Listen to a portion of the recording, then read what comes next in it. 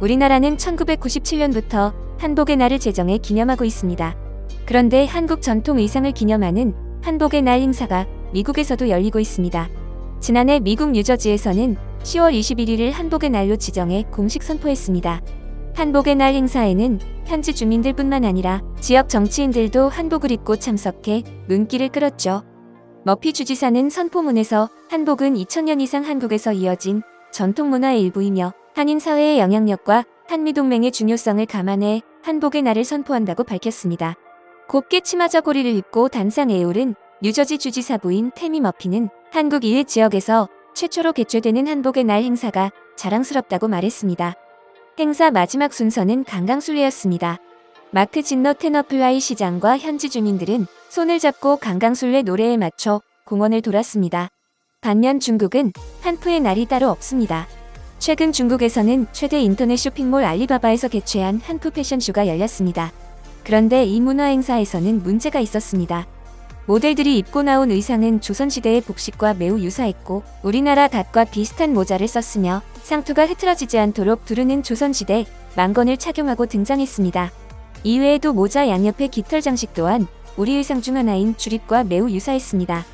여기서 한술 더 떠 아예 한복을 베껴 한푸의 날을 국가기념일로 제정하자는 제안이 나왔는데요. 중국 무형문화유산 전승자인 청신샹이 나서서 매년 음력 3월 3일을 한푸의 날로 정해 공휴일로 기념하자고 제안한 것입니다. 그는 한푸가 중국 민족문화의 가장 중요한 매개체라며 기념일을 통해 글로벌 시대 중국의 정체성을 입증할 필요가 있다고 주장했습니다. 중국이 한복의 원조라고 우겨온 중국의 애국주의 열풍에 불이 붙는가 싶은 순간이었습니다. 하지만 이상하게도 중국의 분위기는 찬물을 끼얹은 듯 조용했습니다. 중국의 한푸 관련 업체가 2115개나 된다는 수치가 공개되자 완전히 돌변한 것인데요. 중국의 다채로운 문화를 모두 기념일로 만들면 1년 365일 부족하다. 누구 잘 되라고 정하는 한푸의 날이냐. 한푸의 날이라는 발상 자체가 볼썽사납다. 전통 문화를 명분으로 기업의 이속만 챙기는 것 아니냐고 비판하기 시작했습니다. 한복의 날이 아무리 부러워도 남이 잘 되는 것을 볼 수 없어서 한푸의 날조차 제정할 수 없는 것이 중국의 현실입니다. 하지만 여전히 중국 드라마에는 한복이 자주 등장하고 있습니다. 이 사진은 중국 드라마 속 한 장면입니다. 남자 주인공과 주연급 등장인물들을 제외하고 나머지 뒤에 서 있는 시녀의 옷을 자세히 살펴보면 모두 한복을 입고 있습니다.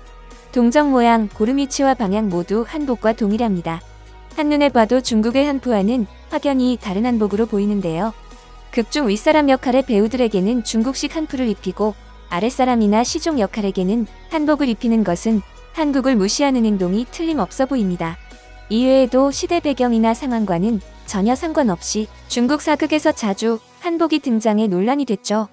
중국 판타지 사극 드라마 삼생삼세 심리 도화에서도 시녀들이 모두 한복을 입고 있었으며 2018년에 방영된 중드 여의전에서도 골룡포를 입은 조선의 왕이 무릎을 꿇고 있는 장면이 방영되기도 했습니다. 조선의 왕이 청나라에 직접 방문해서 황후 책봉식 같은 하찮은 행사에 무릎까지 꿇는다니 역사에 대해 잘 알지 못하는 사람이 보더라도 어이없어 할 만한 장면인데요. 역사를 왜곡하면서까지 한국을 소국 취급하고 동북 공정 목적을 교묘하게 숨겨 한복을 뺏으려는 중국의 치졸한 속셈인 것이죠. 또 중국의 한 쇼핑몰에서는 아예 조선족 패션쇼가 열렸습니다. 중국의 백화점 백리성에서는 한복을 입은 사람들이 줄지어 에스컬레이터를 내려가고 있습니다. 궁중한복, 홀례복 등 다양한 종류의 한복이 보여졌는데요. 충격적인 점은 중국 연변의 조선족들이 한복을 자신들의 전통 의상으로 소개하기 위해 일부러 입고 나온 영상이라고 합니다. 이쯤 되면 정말 가지가지한다는 말이 저절로 나오는데요. 다행스럽게도 중국이 한국은 중국에서 시작되었다는 헛소리를 믿는 나라는 아무도 없습니다.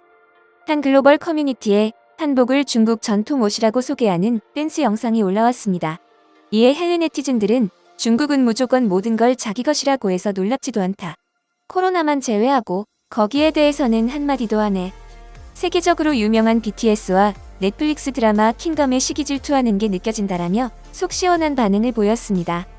이렇게 대한민국과 우리 전통을 잘 아는 사람이라면 이런 중국의 억지 주장을 믿지 않을 테지만 이대로 계속 문화 왜곡이 꾸준히 진행된다면, 그래서 침탈한 양이 점점 많아진다면 우리 민족의 뿌리가 중국에서 시작되었다는 왜곡된 역사가 전 세계에 퍼질지도 모를 일입니다. 갈수록 대담해지는 중국의 역사 왜곡을 더 이상은 못 본 척 할 수만은 없습니다. 이미 국내에서 동북 공정에 대한 여러 항의와 정정 요구를 했음에도 중국은 이에 묵묵부답으로 응해 우리를 더욱 답답하게 하고 있죠. 이런 가운데 한 패션 브랜드 SNS 계정에 올라온 영상이 큰 화제가 되고 있습니다. 15초짜리 짧은 영상이지만 폭발적인 조회수와 함께 응원하는 댓글이 수없이 달리고 있는데요. 영상은 한복, 김치, 태권도가 대한민국의 전통임을 뚜렷이 나타내고 역사는 단순히 지나간 숫자가 아니라 살아있는 것이다라는 내용이 담겼습니다.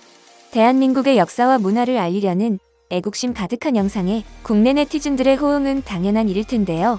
그런데 이렇게까지 환호하는 이유는 무엇일까요? 영상을 자세히 살펴보니 베이징 동계올림픽과 공산당 축하 영상 중 대한민국 문화를 건드린 부분을 모조리 사용한 것이었습니다.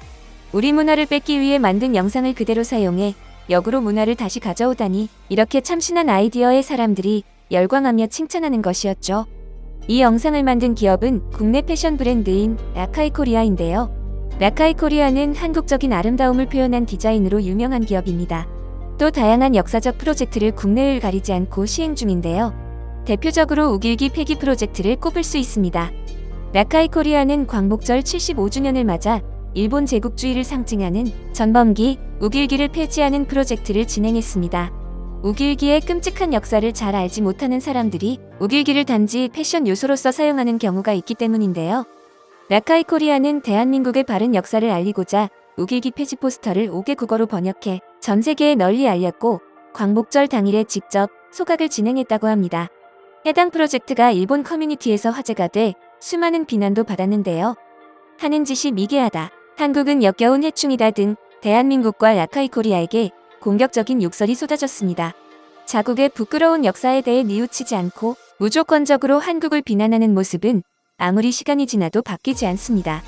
우리나라의 바른 역사를 주장하는 것은 당연한 일임에도 불구하고 이런 맹비난을 묵묵히 받는 라카이 코리아를 칭찬하며 응원하고 싶은 마음이 앞서는데요. 또 라카이 코리아는 중국과 일본 악플러들을 상대로 국제소송을 진행하는 것으로 유명합니다. 이를 돕기 위해 많은 사람들이 국제소송 후원 패키지를 구매하면서 라카이의 애국 행보를 돕고 있죠. 내가 산 물건이 대한민국의 바른 역사를 알리는 일에 쓰인다니 정말 뜻깊은 상품을 함께하고자 많은 사람들이 구매하는 것 같습니다. 우리나라의 바른 역사를 주장하는 일에도 중국과 일본의 수많은 악플을 견디며 꾸준한 애국 행보를 이어나가는 라카이 코리아. 우리 모두의 응원과 지지가 모인다면 이 기업의 선한 영향력이 전 세계에 닿는 날이 올 것이라 믿습니다. 라카이 코리아의 애국 행보를 응원하면서 오늘 준비한 소식 마치겠습니다. 여러분의 소중한 의견을 남겨주세요. 바쁘시더라도 구독과 좋아요 부탁드립니다. 지금까지 단골이시였습니다. 시청해주셔서 감사합니다.